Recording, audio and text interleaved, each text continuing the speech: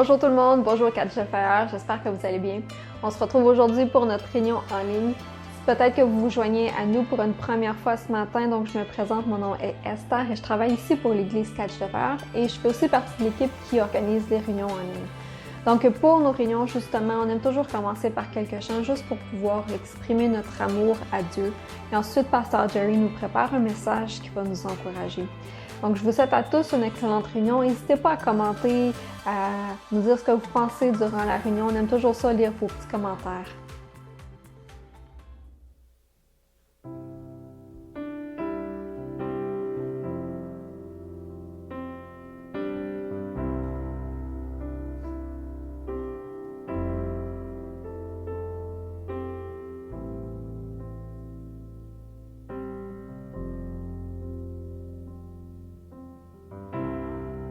Tu nous appelles, chercher ma face, nos cœurs s'éveillent, nous te cherchons.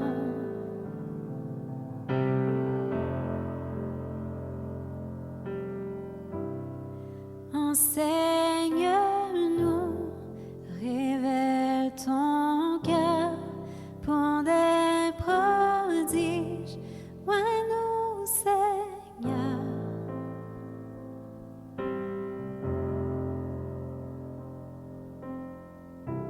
Tous assemblés, nos cœurs sont affamés. Rassasie-nous de gloire et de merveille. Nous t'implorons, viens remplir ce lieu. Viens remplir ce lieu.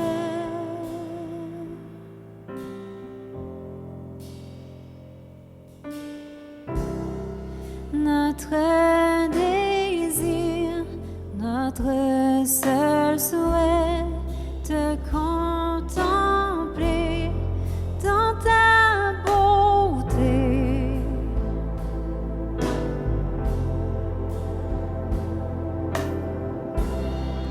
Point de repos, ni de relâche, un jour nos yeux verront ta face.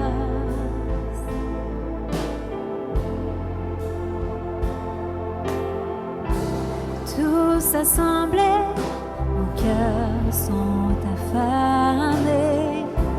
Rassasie-nous de gloire et de merveille.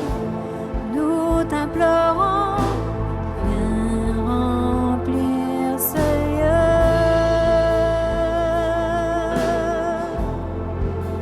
Viens remplir ce lieu.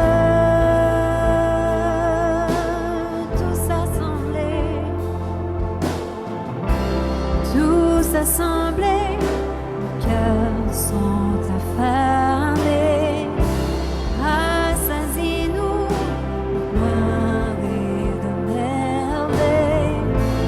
Nous t'implorons, viens remplir ce lieu.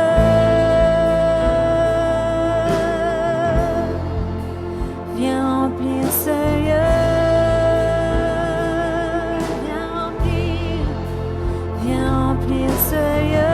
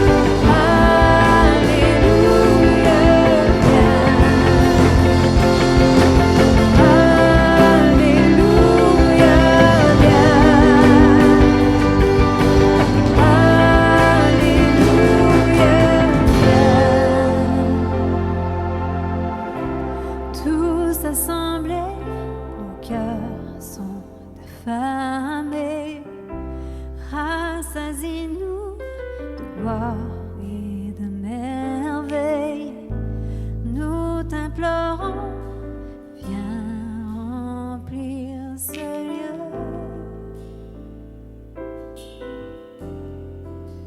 Viens remplir ce lieu. Viens remplir ce lieu. Viens remplir ce lieu.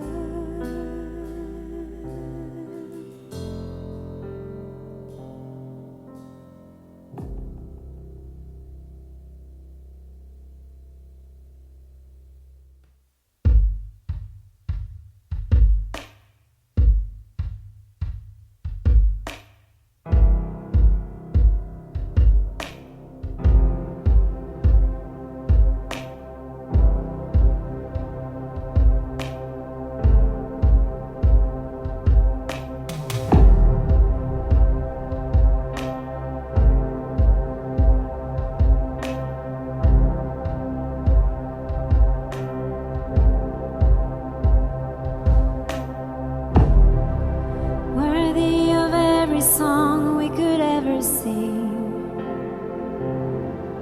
worthy of all the praise we could ever bring, worthy of every breath we could ever breathe. We live for you.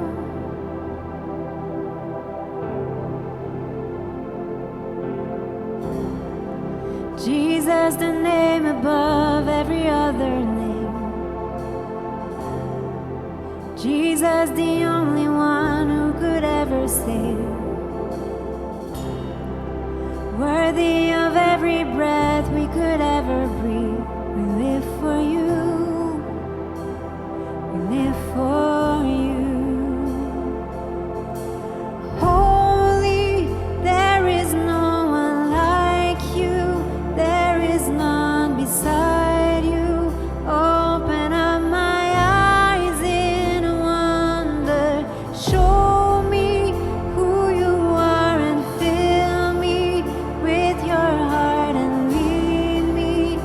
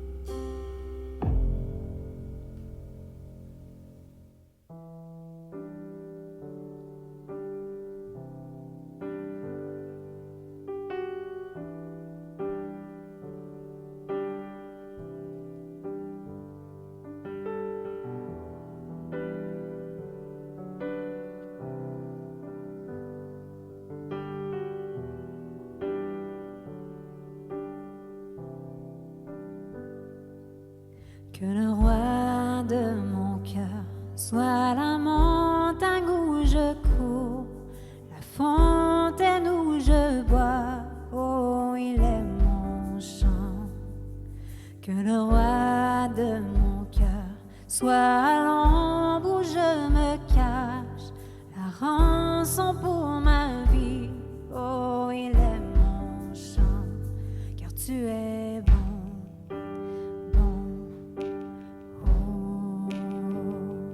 Tu es bon, oh, tu es bon, oh, oui, tu es bon, oh, que le roi de mon cœur soit le vent dans mes voiles, l'encre dans mes vagues, oh, il est mon chant. Que le roi de mon cœur soit le feu dans mes veines et l'écho de mes jours, oh, il est mon chant, car tu es bon, oh, tu es bon,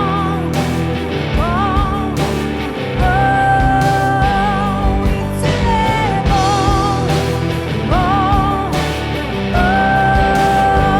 oui, tu es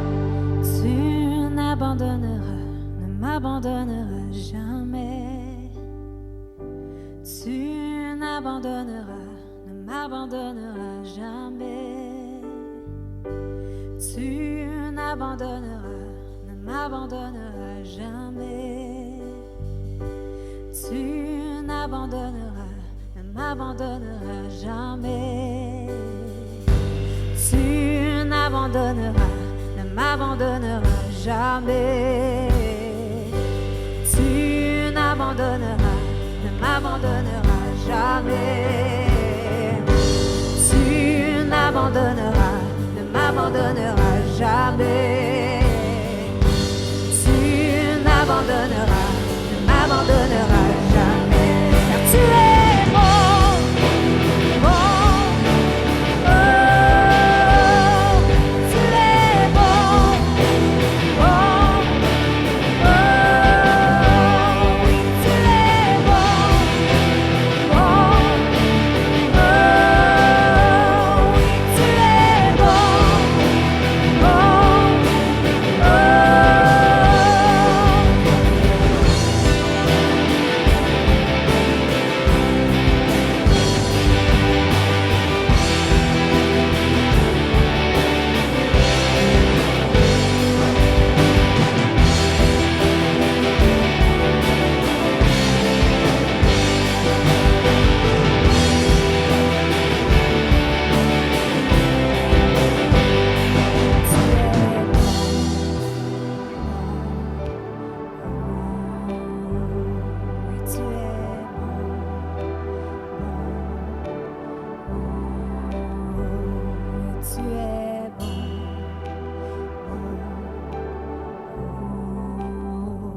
oui, tu es bon,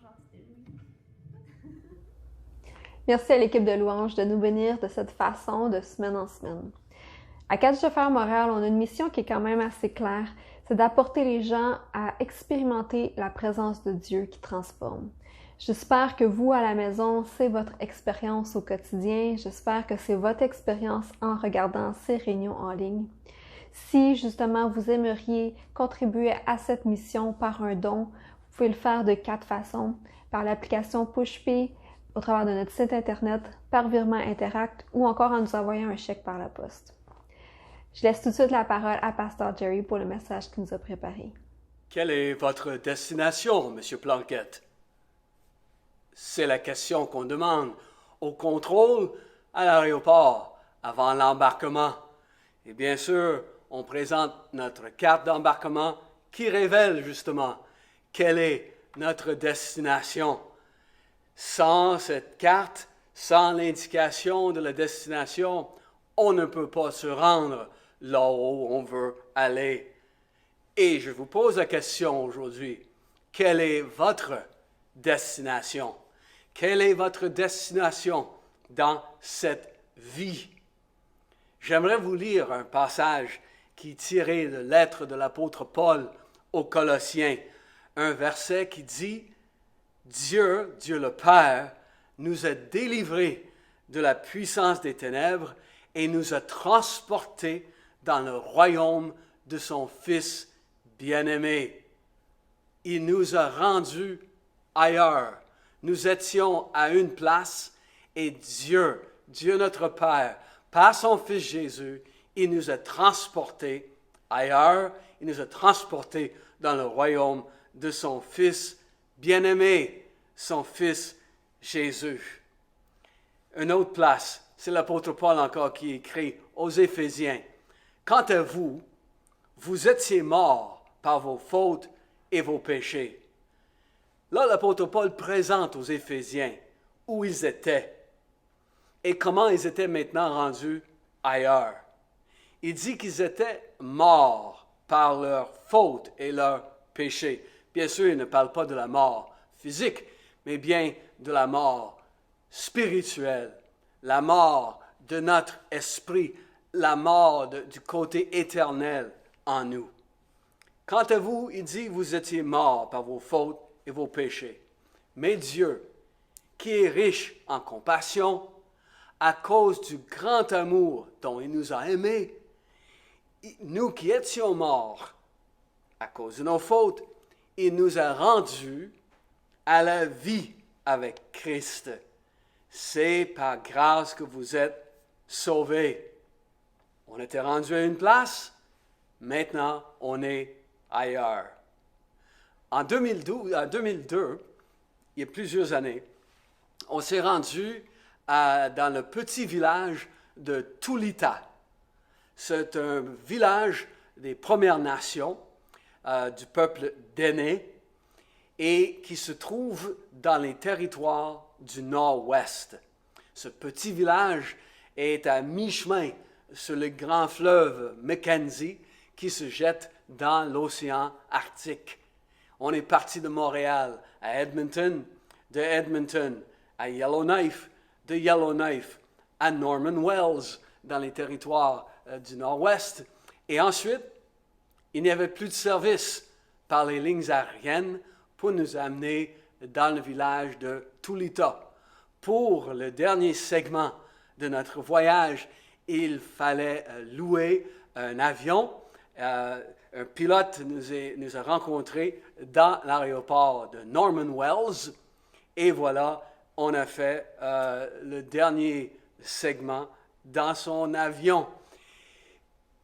On était dans le village de Tulita pour faire des présentations de la bonne nouvelle de Jésus. On a travaillé avec l'Église qui était là dans ce village des Premières Nations. On a pu présenter à des enfants l'amour de Dieu, la bonne nouvelle. On a été invité dans l'école secondaire pour parler aux jeunes pendant un après-midi. On a eu beaucoup de plaisir dans ce village. On a été pendant 8 ou 9 jours. Et voilà, on a mangé des côtes de caribou et de la truite grise et toutes sortes de belles choses dans ce voyage.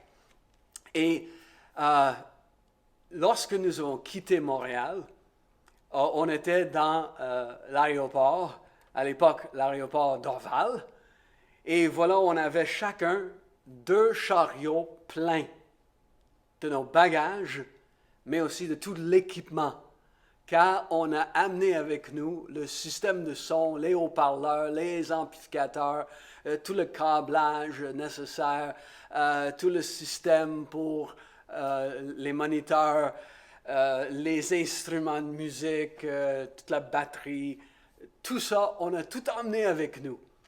Et on était, comme vous voyez sur la photo, 6, chacun avec 2 chariots pleins de stock. Et à chaque fois qu'on descendait de l'avion pour embarquer dans l'autre, dans les différents segments du voyage, non seulement la grosseur de l'aéroport diminuait, mais aussi l'avion dans lequel on embarquait, ça devenait de plus en plus petit. Rendu à Norman Wells, j'ai dit, j'ai bien hâte de voir notre pilote, de voir sa face quand il va constater les bagages que nous avons. Alors, quand on arrive dans l'aéroport de Norman Wells, le pilote, il nous voit, il vient nous rencontrer et justement, il a vu tous les bagages et quand je lui ai dit, j'avais hâte de voir ta face quand tu allais voir le bagage qu'on avait, il m'a dit, j'ai hâte de voir ta face quand tu vois l'avion dans lequel tu penses qu'on va être capable d'embarquer tout ça. Et effectivement, lorsqu'on est sorti sur la piste, on a regardé l'avion et voilà, il fallait embarquer le pilote, 6 passagers et tous ses bagages. Wow!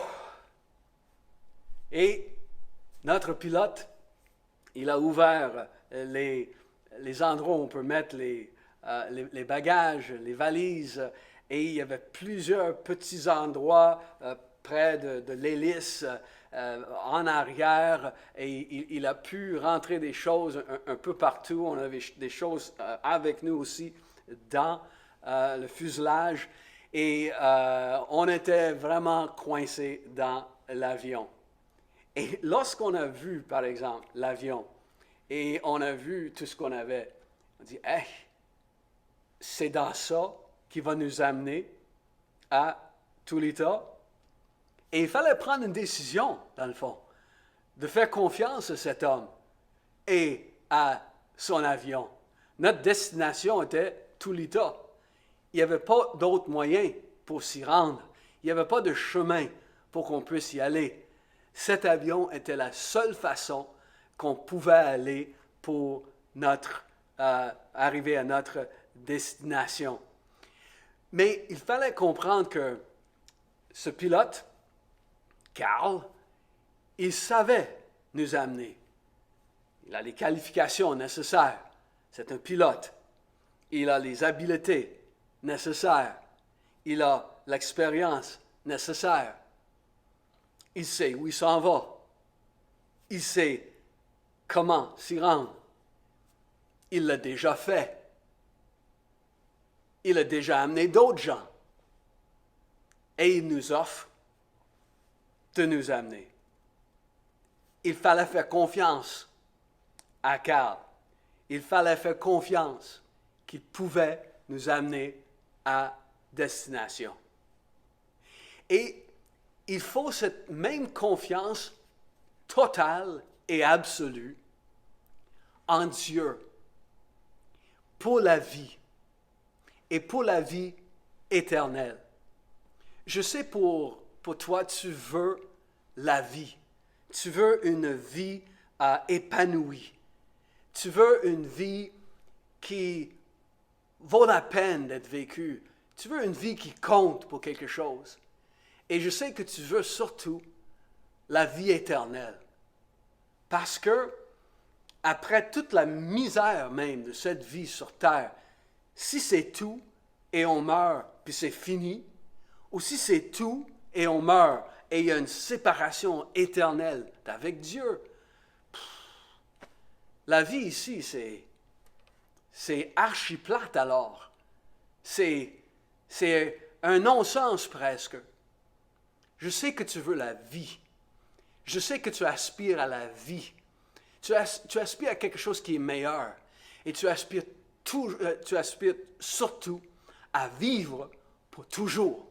Tu aspires à la vie qui est éternelle, à une vie qui est meilleure. Et pour ça, il faut avoir la foi en Dieu et avoir foi dans le moyen de transport qu'il nous offre. Parce que Jésus, oui, il sait nous amener au ciel.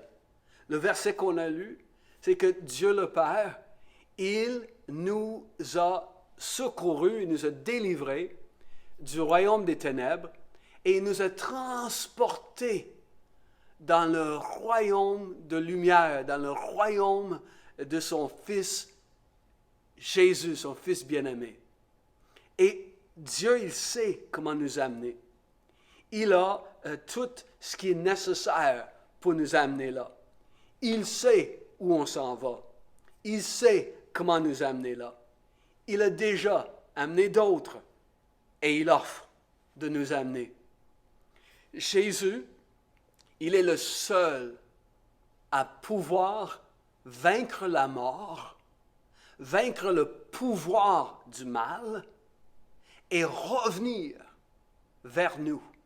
Jésus est ressuscité d'entre la mort et il revient pour nous proclamer la vérité et il nous offre de nous amener avec lui dans une vie épanouie ici-bas et dans la vie éternelle, dans le ciel avec lui pour toujours. Mais il faut avoir confiance en lui.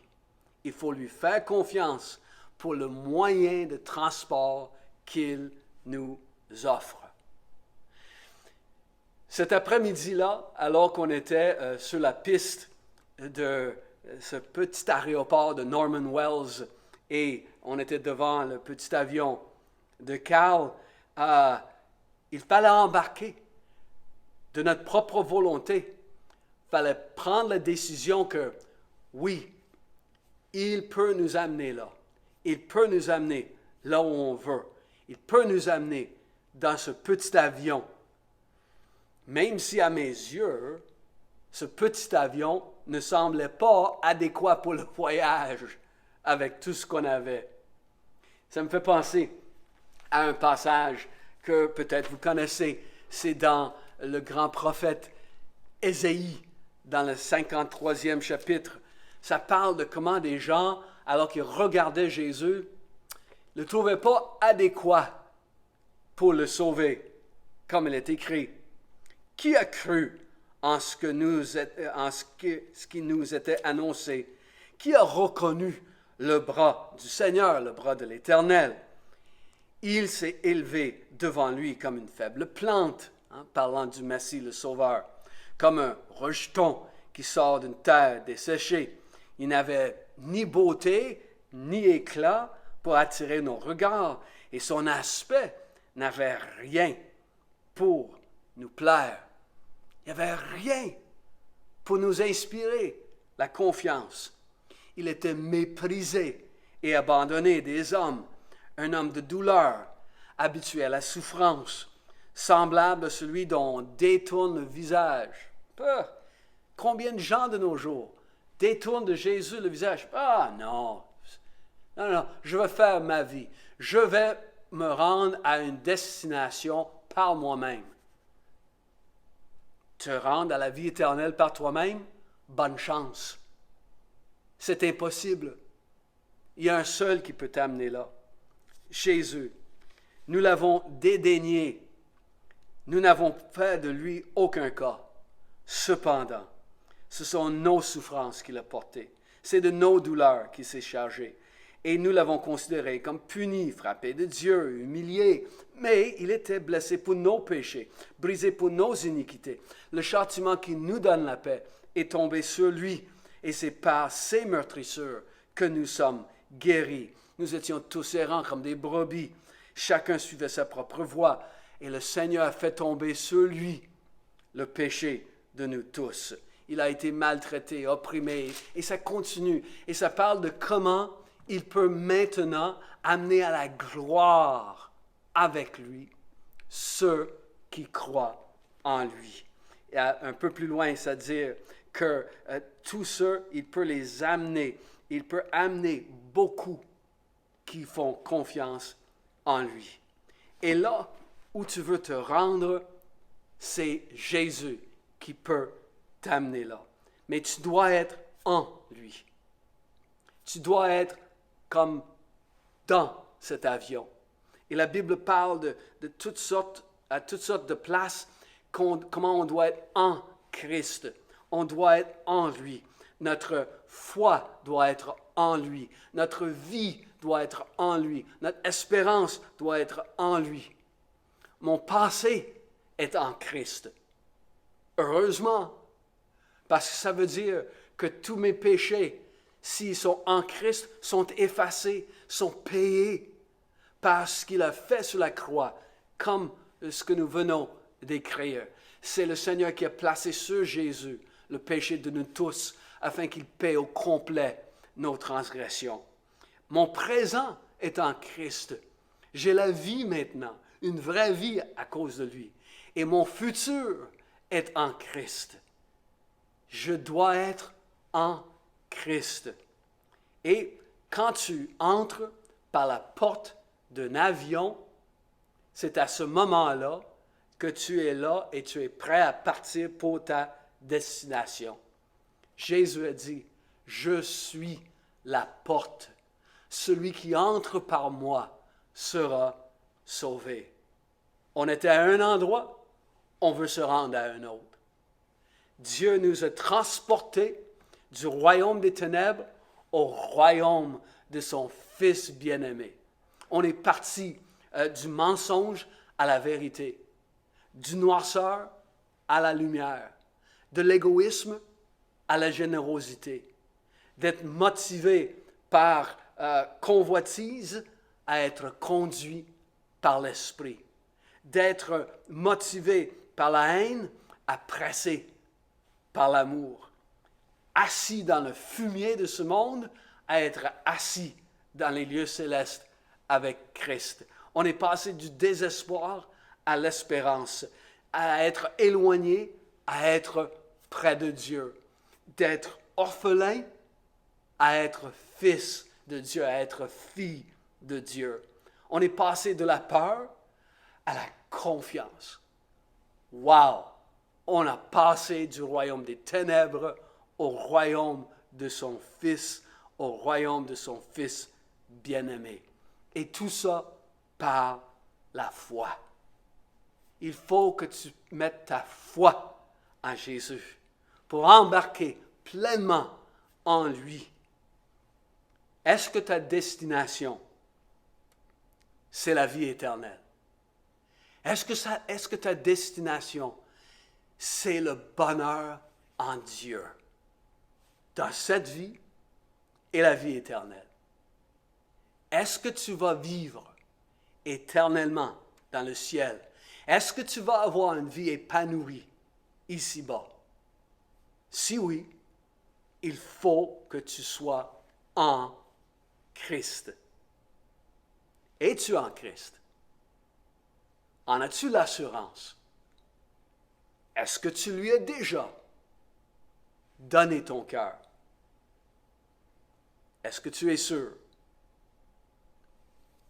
Certains gens disent, « Oh, je ne sais pas, je pense que je veux jouer safe et pas embarquer dans ce petit avion. » Ça veut dire que si je donne ma vie à Jésus, je ne sais pas qu'est-ce que ça va être.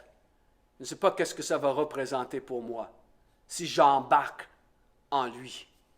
Il y a des gens qui préfèrent rester là où ils sont pour jouer safe. Ils pensent ainsi qu'ils contrôlent leur destinée. Mais tu sais, tu ne contrôles pas grand-chose.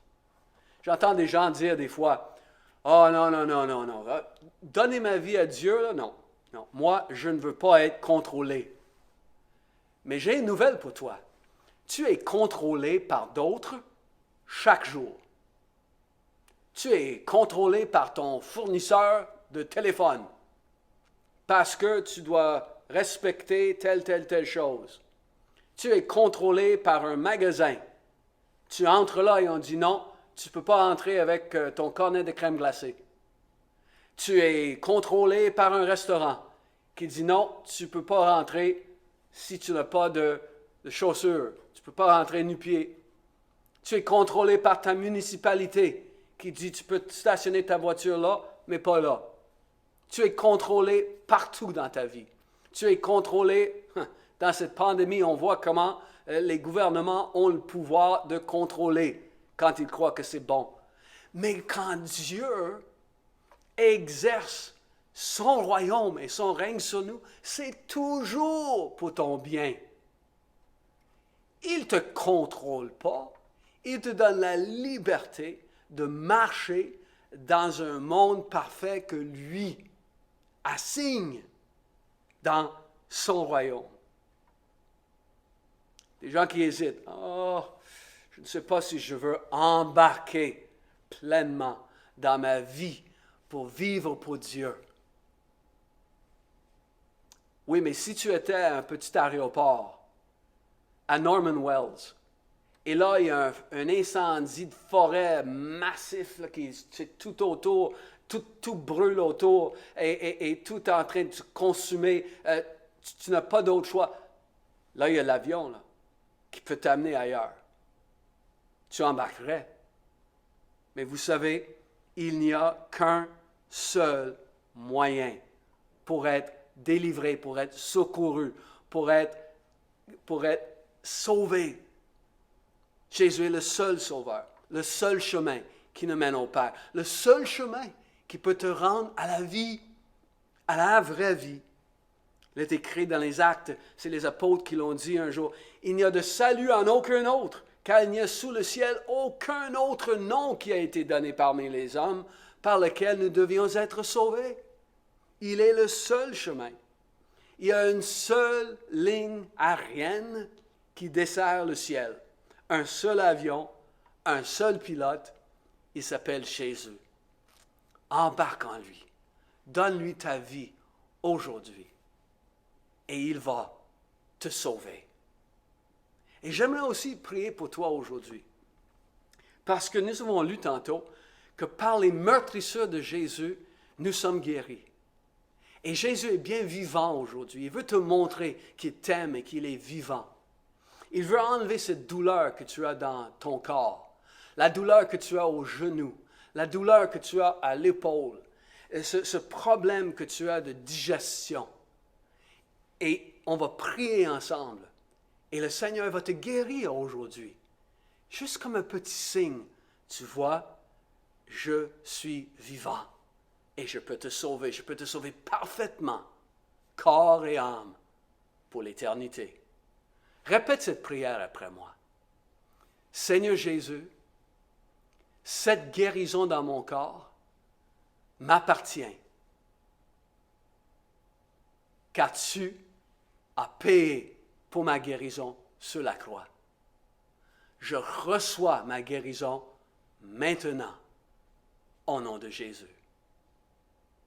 Et Seigneur, je prie maintenant que les douleurs quittent l'épaule et le genou, que ce problème au foie disparaît. Je prie que tout problème de digestion soit guéri au nom de Jésus. Les gens qui ont des problèmes au niveau de leur cou, des masses dans le cou, des problèmes d'articulation au nom de Jésus, des problèmes de migraine et de maux de tête. Seigneur, touche le corps des gens qui nous écoutent maintenant, au nom de Jésus, du tête jusqu'aux pieds, que les gens soient guéris maintenant par le puissant nom de Jésus. Si tu as été touché et guéri, écris-nous, rentre en contact avec nous pour nous partager les bonnes choses que le Seigneur a fait dans ta vie. Laisse-nous un commentaire, comment le Seigneur t'a touché. Et si tu n'as jamais confié ta vie à Jésus, tu n'as jamais embarqué avec lui, fais-le maintenant. Dis, Seigneur Jésus, je te donne ma vie, Je te confie mon avenir. Tu es celui qui peut m'amener à la destination. Pardonne-moi mes péchés.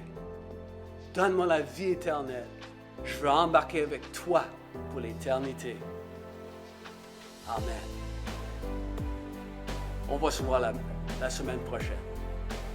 C'est déjà terminé pour notre réunion aujourd'hui. J'espère que vous avez été encouragés, j'espère que vous avez été touchés par la louange, par le message qui a été apporté. Si vous aimeriez en connaître plus sur qui on est, sur nos activités, ou si vous avez des questions sur ce que vous avez entendu aujourd'hui, n'hésitez pas à nous écrire. On veut prendre le temps d'apprendre à vous connaître et de répondre à vos questions. Donc, écrivez un courriel à montréal@catchthefire.com ou simplement, vous pouvez nous contacter par Facebook en nous envoyant un message privé.